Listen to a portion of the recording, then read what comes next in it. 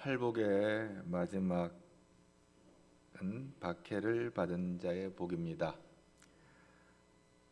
우리 10절 말씀 함께 보도록 하겠습니다. 의를 위하여 박해를 받은 자는 복이 있나니 천국이 그들의 것임이라. 아멘. 세상적으로 말하면 박해를 당하는 것은 불행한 일입니다.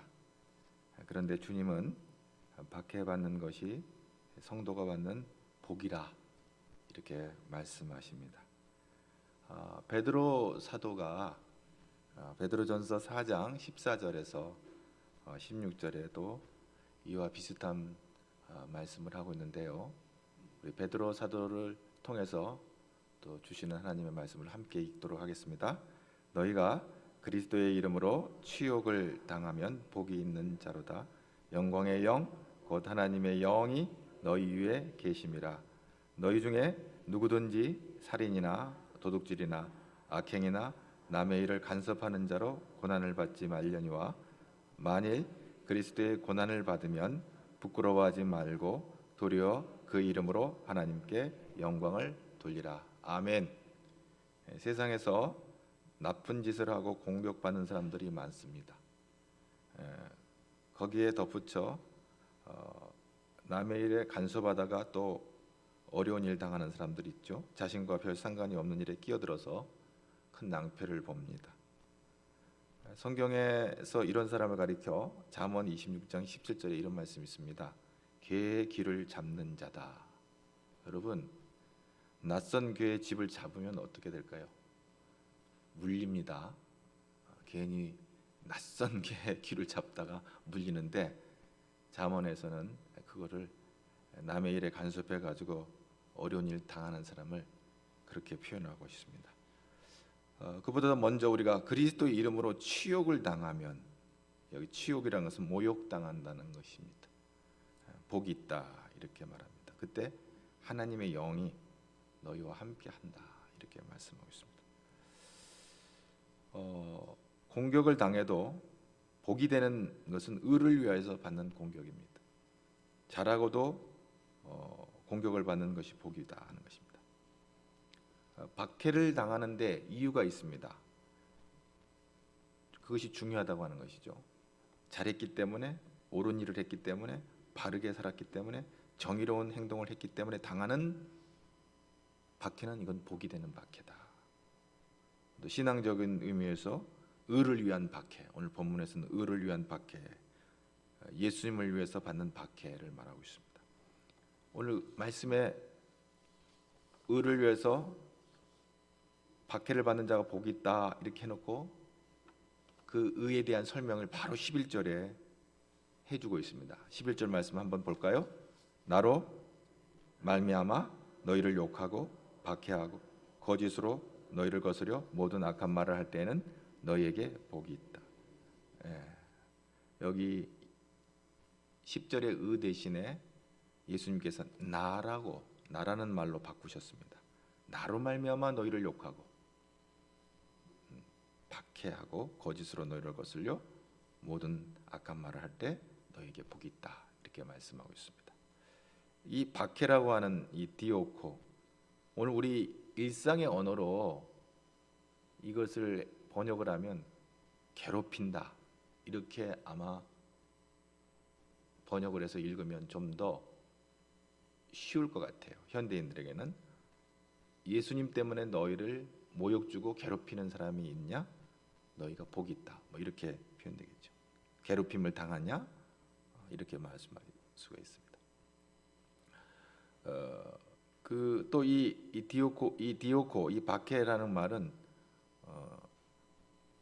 고소하다는 의미죠. 소송하고 이렇게 하는 거 있잖아요. 요즘 현대인들이. 그리고 해코지하려고 뒤쫓아가는 거, 그런 뜻도 담아 있습니다. 여러분, 강아지 똥이라는 아마 동화를 아시는 분은 아실 것입니다. 몽실 언니, 뭐 이런 동화 작가로 유명한 이 권정생 씨, 이분은 우리 교단 통합교단 저기 안동의 일직교회 종지기로 평생을 보내시면서 작가로 활동하신 분인데, 그러니까 일종의 관리집사 사찰을 하신 것이죠. 그러면서 그 작가로 평생을 보냈는데 그분이 저 시 가운데 인간성에 대한 반성문이라는 이 시가 있어요. 그 시 보면 아마 일제가 끝나는 그 만렵이었던 것 같아요. 일제가 이제 떠나는 바로 그 시점, 강복절 그 어간에 있었던 일이었던 것 같은데 그때 지은 시가 이런 시가 그걸 회상하면서 지은 시가 이런 시가 있습니다. 도목고는 9살, 나는 8살. 2학년 도목고가 1학년인 나한테 숙제를 해달라고 자주 찾아왔다. 어느 날 윗집 할머니가 웃으시면서 도목고는 나중에 정생이한테 시집가면 되겠네 했다. 앞집, 옆집, 이웃 아주머니들이 모두 쳐다보고 있는 데서 도목고가 말했다. 정생이는 얼굴이 못생겨서 싫어요. 50년이 지난 지금도 도목고 생각만 나면 이가 갈린다. 평생 불편한 몸으로 시골교회 사찰을 하면서 동화를 쓴 작가 권정생 이 시는 집사죠. 일찍교회 집사. 자신의 작품 인쇄로 모은 유산 10억 원을 굶은 아이들을 위해 써달라고 유산을 남길 만큼 착한 마음을 가진 사람이에요. 그런데 이런 착한 사람도 그리고 그는 평생 청빈하게 살았어요. 근데 이가 갈리는 일이 하나 있다는 거예요. 시를 통해서 자기 못생겼다고. 어릴 때 여자로부터 무시당한 거죠.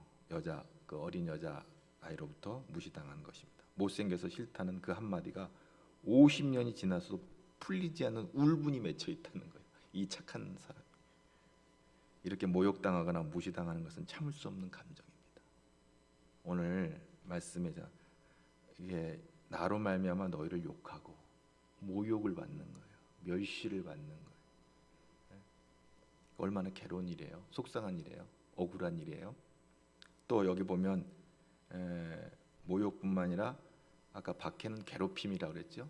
그 다음에 또 거짓으로 너희를 거슬려 모든 악한 말을 할 때는 너희에게 복이 있다. 그것도 사실을 얘기하면 좋겠는데 사실이 아니라 거짓된 말로 우리를 공격하면 얼마나 억울해요. 참을 수가 없는 거예요. 그런데 그럼에도 불구하고 그런 걸 잘 이겨내면 너에게 복이 있다. 이렇게 말씀하고 있습니다. 사무엘상 15장 11절에 보면 하나님께서 이스라엘 초대 왕으로 사울 왕을 세우신 그걸 후회하시는 이야기가 나옵니다. 왜 후회했냐? 이 사울 왕이 하나님 앞에 불순종하고 하나님을 대적함으로 말미암아 내가 사울 왕을 왕 세운 걸 후회한다는 이런 이야기가 나와요. 그래서 이제 사무엘상 16장에 가면은 하나님께서 그 사무엘에게 내가 이제 사울을 버리고 새로 왕을 세울 왕제를 내가 발견했다. 그 베들레헴의 사람인데 이새의 아들인데 거기 가가지고 기름을 부으라고 사무엘에게 명령을 합니다. 그래서 사무엘상 16장 13절 14절을 보면 이제 사무엘이 가서 그 다윗 그러니까 이새의 아들 막내 다윗에게 기름을 붓는 장면이 나옵니다. 우리 13절 말씀, 14절 말씀 함께 같이 보도록 하겠습니다. 사무엘이 기름 뿔병을 가져다가 그의 형제 중에서 그에게 부었더니 이날 이후로 다윗이 여호와의 영이 그에게 감동되니라. 사무엘이 떠나 라마로. 14절 여호와의 영이 사울에서 떠나고 여호와께 부리시는 악령이 그를 번뇌하게. 사무엘이 다윗에게 기름을 부을 때 여호와의 영이 크게 감동되어서 다윗에게 임하는 것을 보게 됩니다. 근데 동시에 바로 그 다음 절에는 다윗에게는 여호와의 영이 임했지만 하나님이 버린 사울 왕에는 여호와의 영이 사울에게서 떠났다 그랬습니다. 그리고 악한 영, 악령이 그를 번뇌하게 했다 그랬습니다. 이게 참 안타까운 일이 아닐 수가 없습니다. 하나님 앞에 버림을 받은 사울과 또 하나님 앞에 택함을 받은 다윗이 이게 시비가 갈리는 이 장면이 바로 사무엘상 16장 13절과 14절의 말씀입니다. 그래서 결국 사단이 났는데 다윗이 블레셋 군대를 무찌르고 성읍으로 돌아오는 얘기가 사무엘상 18장에 나오는데, 그때 여인들이 나와서 환호를 하고 찬양을 합니다. 사울이 죽인 자는 천천히요 다윗은 만만이로다. 이 여인들의 노랫소리에 이 사울 왕이 그만 획가닥 해버리는 거예요. 그래서 사무엘상 18장 10절에 보면 그 사건이 있은 연후에 악한 영이, 하나님께서 부리시는 악령이 사울에게 힘있게 내리매, 이번에는 그냥 살짝 내리는 게 아니라 힘있게 내리매, 악령 충만이에요. 성령 충만이에요. 자기 손에 들고 있던 창을 들고 다윗을 죽이려고 그 창을 던집니다. 그때 다윗이 용케 그 창을 피해서 목숨을 건지게 되어집니다. 이 사건 이후로 사울은 호시탐탐 다윗을 죽이려는 그런 시도를 하는 것이죠. 그래서 사무엘상 18장 29절 보면 다 같이 한번 또 보겠습니다.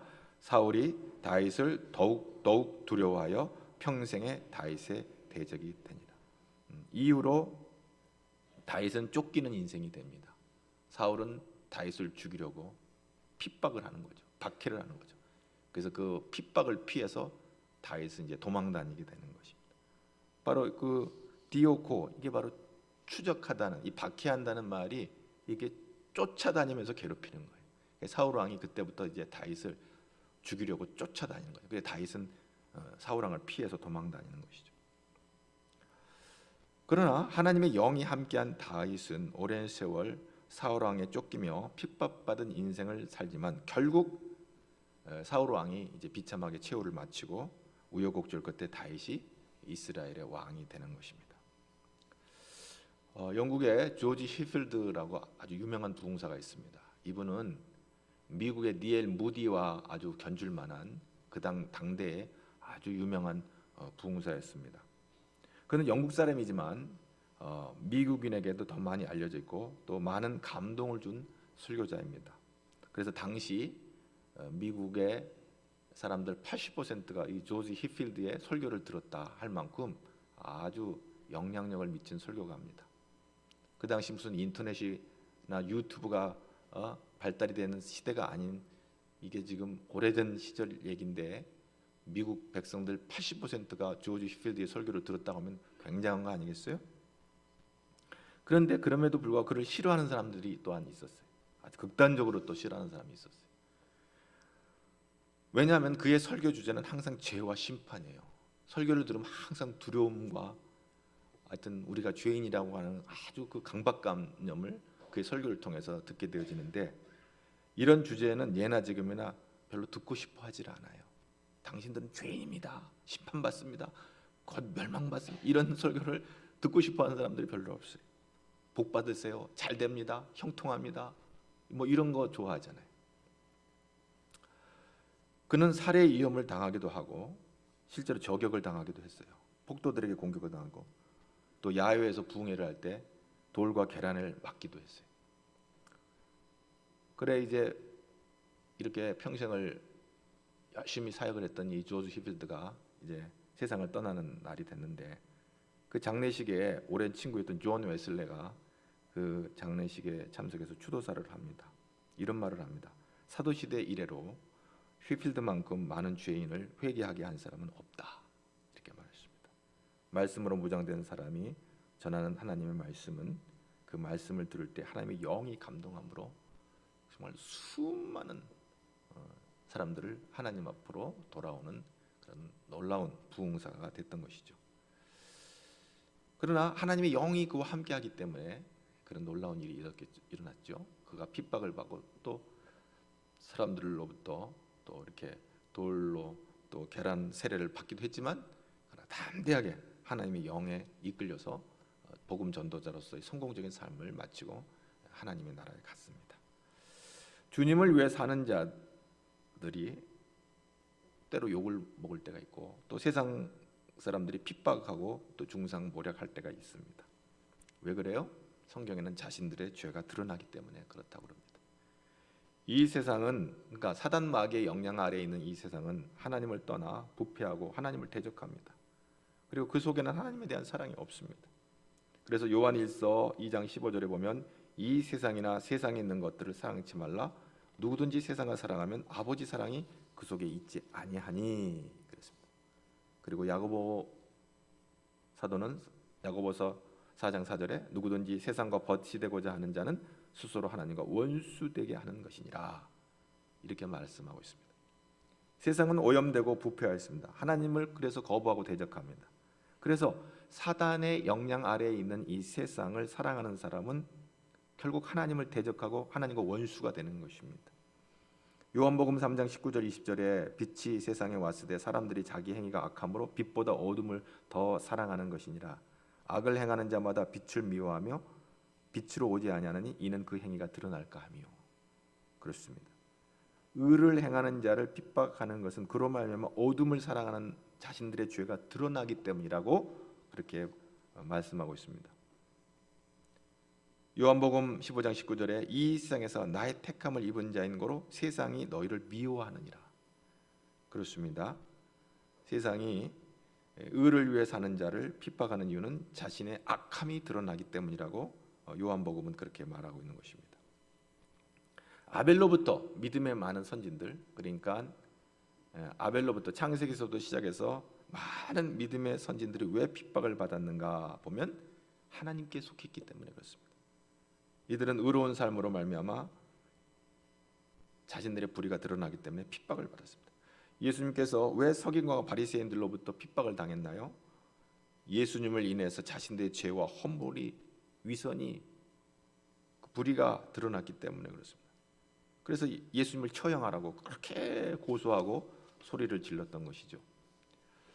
우리가 이 세상을 살아갈 때 잘못하면 예를 들어서 법을 어기게 되면 이제 감옥에 가기도 하고 또 벌금을 내기도 합니다.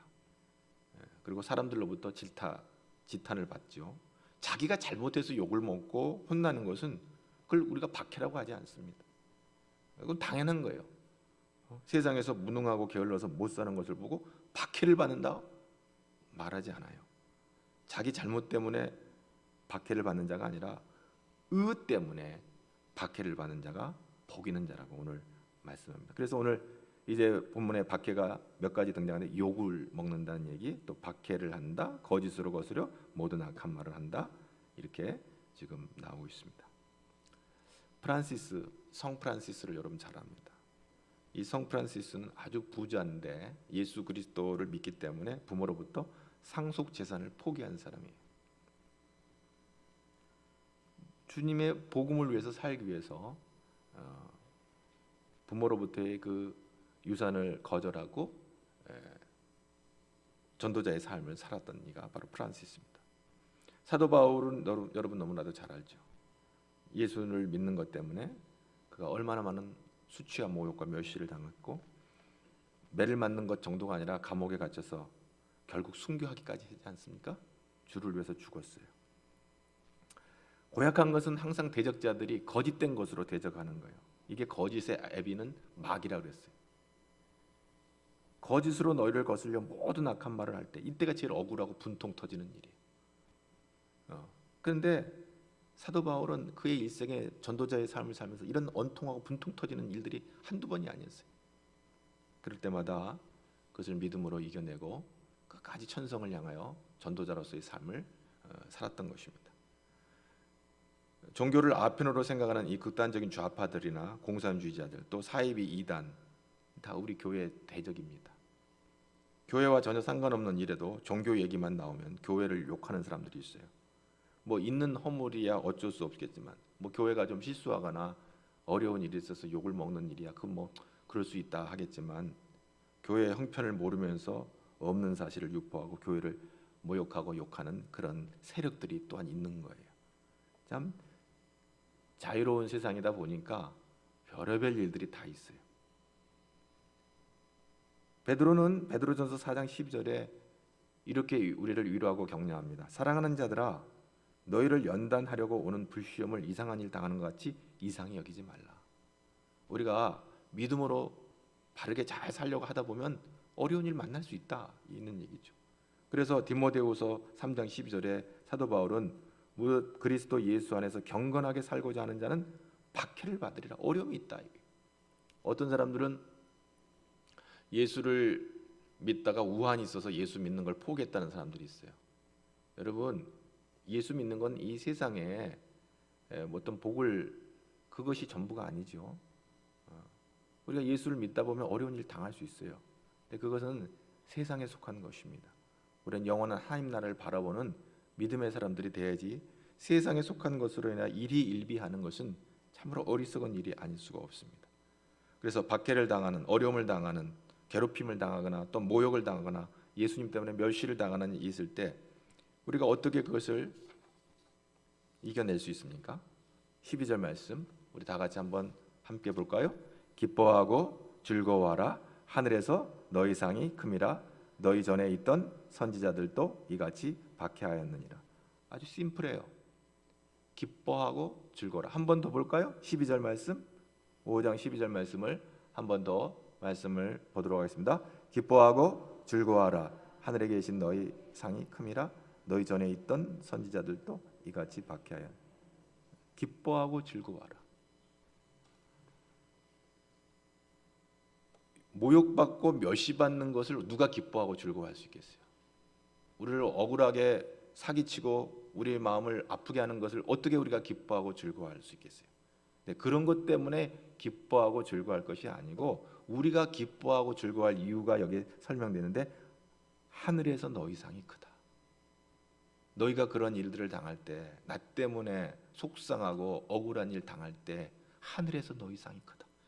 우리가 억울한 일 당하고 답답한 일 당할 때마다 하늘에서 내 상이 크구나 하는 오늘 이 주님의 말씀이에요. 이것은 우리 주님께서, 예수님께서 직접 하시는 말씀이에요. 너희 상이 크다.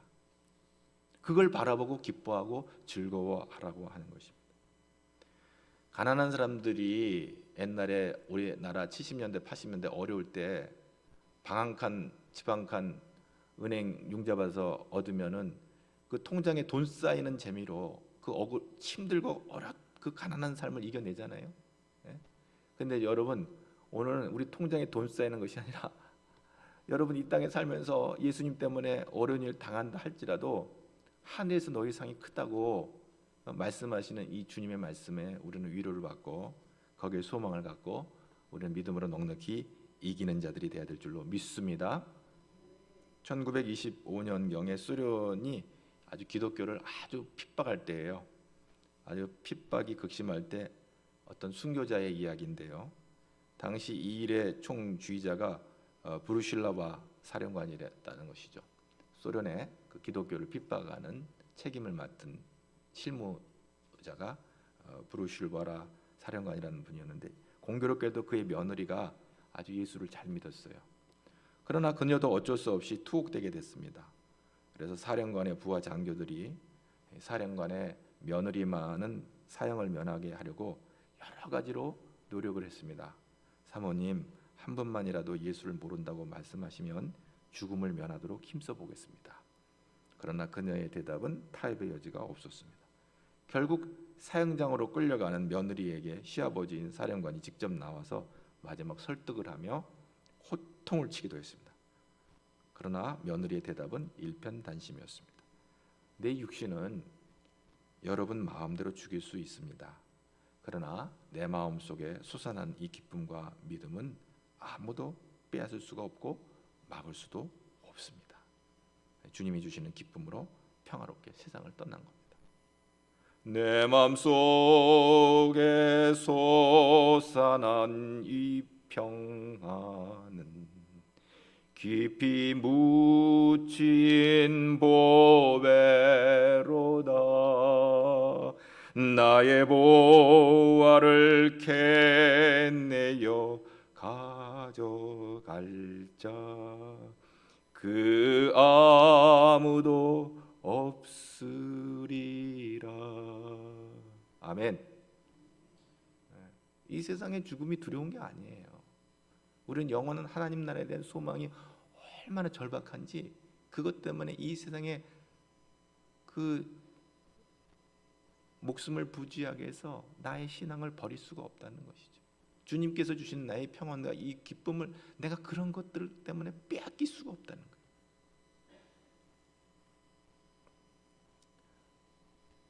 히브리서 11장 24절 26절에 보면 모세의 이런 순교적 신앙과 기쁨에 관한 얘기 나옵니다. 히브리서 11장 우리 24절에서 26절 말씀을 함께 보도록 하겠습니다. 믿음으로 모세는 장성하여 바로의 공주의 아들이라 칭함받기를 거절하고 도리어 하나님의 백성과 함께 고난받기를 잠시 죄악의 낙을 누리는 것보다 더 좋아하고 그리스도를 위하여 받는 수모를 애굽의 모든 보화보다 더 큰 재물로 여겼으니 이는 상 주심을 바라봅니다. 아멘. 이 세상에 어떤 부귀영화에 마음을 뺏길 일이 없는 거예요. 여러분 생각을 해보세요. 모세가 바로의 공주의 아들이라는 것은 어떤 거예요? 부귀영화가 약속된 거잖아요. 모세가 있었던 당시에 애굽은 최첨단 국가란 말이에요. 당시에 고대 국가 중에 최첨단 국가란 말이에요. 이집트가. 거기에 왕자라고 하는 지위는 뭐예요? 평생의 육신의 삶이 만족되는 모든 부귀영화가 예약되어진 삶이란 말이에요. 근데 그걸 버렸어요. 하나님의 백성과 함께 고난받기를 잠시 죄악의 낚시라고 사귀었어요. 세상의 부귀영화를 죄악의 낚시라고 그랬어요. 죄악의 즐길 기쁨. 그런 것보다 내가 그리스도를 위하여 받는 수모, 내가 그리스도를 위해서 내가 모욕을 받는 거를 오히려 애굽의 모든 보화보다 더 큰 재물로 여겼으니 이는 상 주심을 바라봅니다. 오늘 모세는 이미 초명년 후에 오실 예수님, 그 예수님께서 오늘 우리에게 주시는 말씀, 하늘에서 너희 상이 큼이라 말씀해 주시는데, 기뻐하고 즐거워라, 하늘에서 너희 상이 큼이라, 이걸 바라보고 있는 거예요. 놀라운 일이 아닐 수가 없습니다. 하늘에서 받을 미래의 상을 바라보는 사람은 현재 고난을 기꺼이 감수하며 기뻐하고 즐거워하게 된 줄로 믿습니다. 예수님으로 말미암아 의를 위하여 박해를 받는 자가 복이 있습니다. 그런 사람은 하나님 백성과 함께 고난받는 것을 잠시 죄악의 낙을 누리는 것보다 더 좋아하기 때문에 그렇습니다. 오늘 그러면 하늘의 상이 뭐예요? 매우 큰 상이에요. 큰 상이라고 해서 큰 상, 작은 상이 아니고 큰 상. 그럼 그 큰 상은 뭘까? 영생입니다. 영생. 그리고 영원한 평안과 기쁨이 있습니다. 하나님의 칭찬과 격려입니다. 말하자면 현세의 고난과 내세의 영광을 맞교환하는 겁니다. 생각하건대 현재의 고난은 장차 우리에게 나타날 영광과 비교할 수 없도다. 로마서 8장 18절 말씀. 그리고 오늘 이 말씀 가운데 우리에게 또 위로와 격려가 되는 것은 너희의 상이 큼이라 이렇게 끝나고 너희 전에 있던 선지자들도 이같이 박해하였느니라. 박해를 받았다는 거예요. 히브리서 12장 1절에 이러므로 우리에게 구름같이 둘러싼 허다한 증인들이 있으니 모든 무거운 것과 얽매이기 쉬운 죄를 벗어버리고 인내로써 우리 앞에 당한 경주를 하며. 증인들이 허다한 구름같이 있어요. 믿음의 선진들이 예수 때문에 어려움과 고난을 받으면 끝까지 인내하고 저 천성을 향하여 달려갔던 수많은 증인들이 있는 거예요. 그걸 뭐라고 표현했냐면 구름같이 둘러싼 허다한 증인이라고 그랬어요. 저들이 우리의 증인이다. 아브라함, 이삭, 야곱, 요셉 같은 신앙의 선조들이 있었습니다. 이사야, 에레미야, 에스겔, 다니엘 같은 신앙의 용사들이 있었습니다. 세례 요한, 베드로, 야고보, 스데반, 바울 같은 순교자들이 있었습니다. 대부분의 사도들은 다 순교당했습니다. 스데반은 돌에 맞아 죽었고요. 이들이 바라보는 것은 현세의 영광이 아니라 하늘나라의 영원한 하늘의 상급을 바라보고 천국 복음의 증인으로 살다가 하나님 나라에 입성하였습니다. 오늘 그래서 천국이 그들의 것이다. 베드로 사도는 베드로전서에서 박해를 견디는 방법에 대해서 몇 가지 우리에게 팁을 주고 있습니다. 베드로전서 3장 14절부터 16절까지 말씀을 우리 다 같이 한번 보도록 하겠습니다. 그러나 의를 위하여 고난을 받으면 복이 있는 자니 그들이 두려워하는 것을 두려워하지 말며 근심하지 말고 너희 마음에 그리스도를 주로 삼아 거룩하게 하고 너희 속에 있는 소망에 관한 이유를 묻는 자에게는 대답할 것을 항상 준비하되 온유와 두려움으로 하고 선한 양심을 가지라. 이는 그리스도 안에서 있는 너희의 선행을 욕하는 자들로 그 비방하는 일에 부끄러움을 당하게 하려 함이라. 첫째로 우리가 해야 될 것이요, 두려워하지 말고 근심하지 말라. 우리를 속상하게 하고 우리 마음에 힘들게 하는 그런 일들로 인하여 근심하지 말라요. 걱정하지 말라요.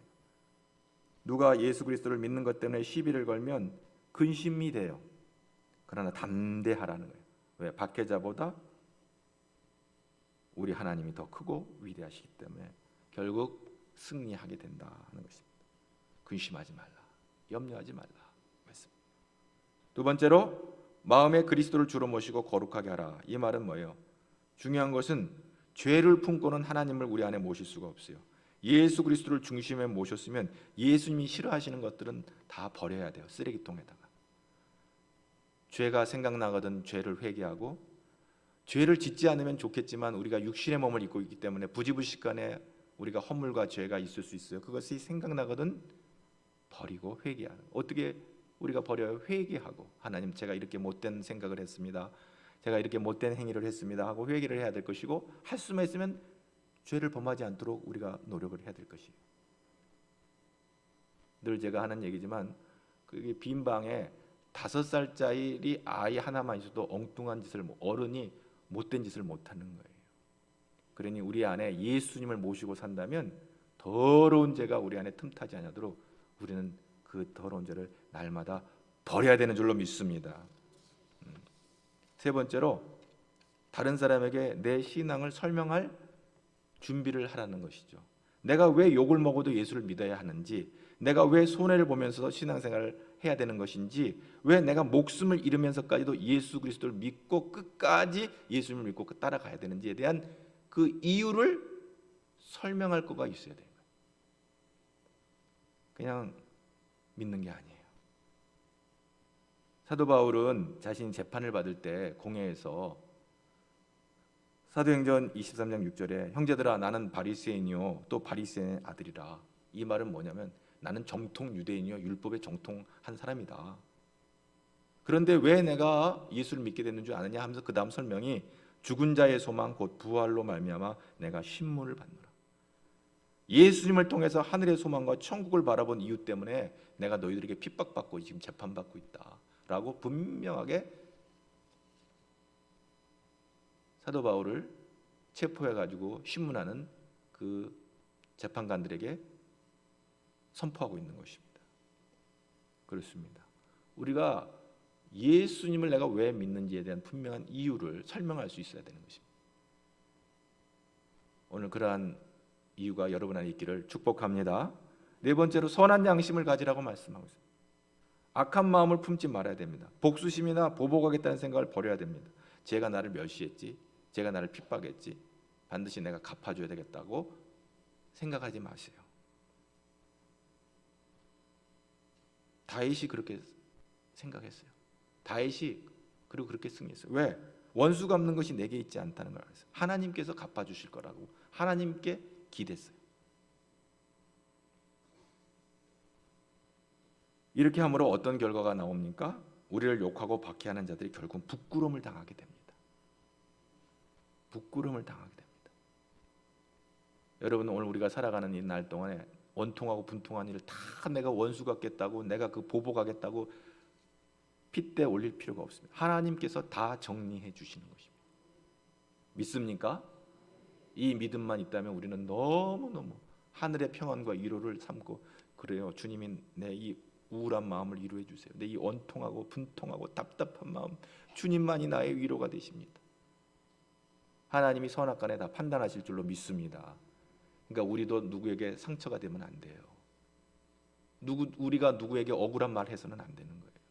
알지도 못하고 아는 것처럼 말해서도 안 되고요. 함부로 말해도 안 되고요. 말 한마디가 큰 상처가 되니까 말 조심해야 돼요. 할렐루야. 남이 나에게 상처 준 것은 크게 생각하고 내가 남에게 상처 준 것은 작게 생각하는, 그것이 하나님 앞에 심판받을 일이에요. 언성을 낮추고 우리는 하나님 앞에 늘 겸손하게 나를 바라보는 그런 믿음의 사람들이 되기를 축복합니다. 참 선지자 미가야를 욕했던 아합 왕은 전쟁에서 패하고 어디서 날라왔는지 모르는 화살에 맞아 죽었어요. 세례 요한의 목을 베었던 헤롯 안티파스는요, 그의 조카 헤롯 아그리빠에게 고소당해가지고 로마 황제에게 쫓겨나 유배당했어요. 가올이라고 하는 지금 프랑스 지역이죠. 팔레스틴에서 유대 땅에서 왕 노릇하다가 저 멀 유럽 변방 거기서 이제 변방이 되는 쫓겨나 버렸어요. 야고보 사도의 목을 벤 그러니까 그 사도의 목을 베고 또 베드로의 사도를 옥에 가뒀던 이 헤롯 아그리빠 자기 삼촌은 아그리빠를 고소해가지고 쫓겨나게 했었지만 자기는 어떻게 됐어요?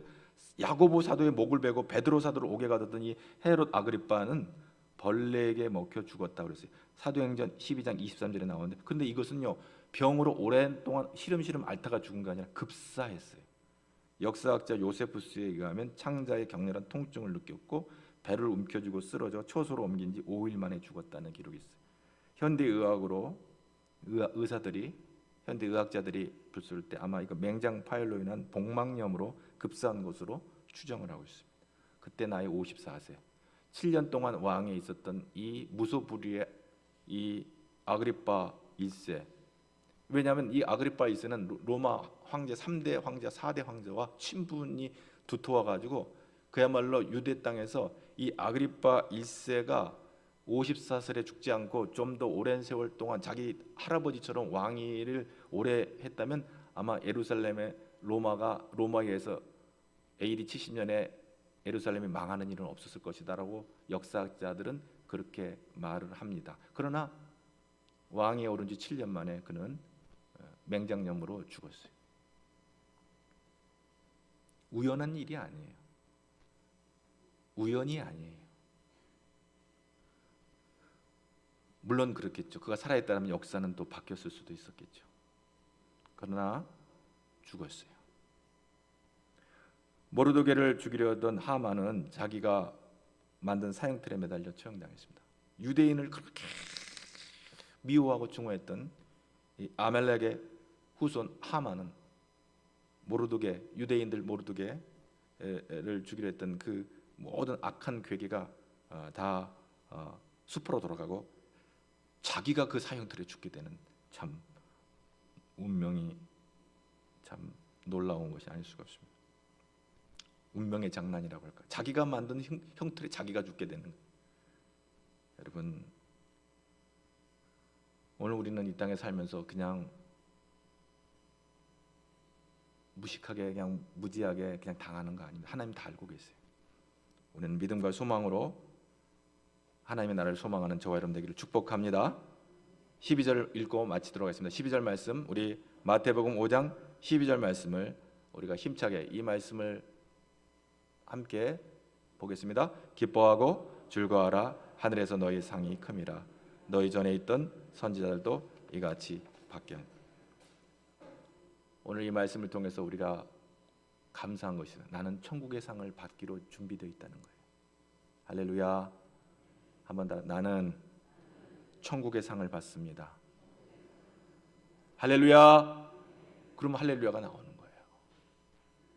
오늘 우리 인생이 참 힘들고 어렵고 고난이 있고 생각지 못한 일 때문에 속상하고 답답한 일이 있고 내가 예수만 안 믿었다면 넌 죽었어 하늘 만한 그런 일들이 있을지라도 인내하고 우리가 믿음으로 우리가 나아갈 때 하늘의 상급이 있음을 바라보고 넉넉히 이기는 자가 되기를 주님의 이름으로 축복합니다. 하나님 감사합니다. 이 세상에 공고한 일이 너무 많습니다. 힘든 일이 많습니다. 우리가 신앙생활을 하기 때문에 또 억울하고 답답한 일도 있습니다. 그러나 낙심하거나 답답해하거나 근심하지 아니하게 하시고 오직 하나님의 모든 것을 알고 계시고 보고 계시는 하나님 앞에 우리가 마땅히 감당해야 될 삶을 충성스럽게 지금 해야 될 일들을 따박따박 잘 감당하며 저 천성을 향해 나아가는 믿음의 백성들이 되도록 인도하여 주옵소서. 예수님 이름으로 기도하옵나이다.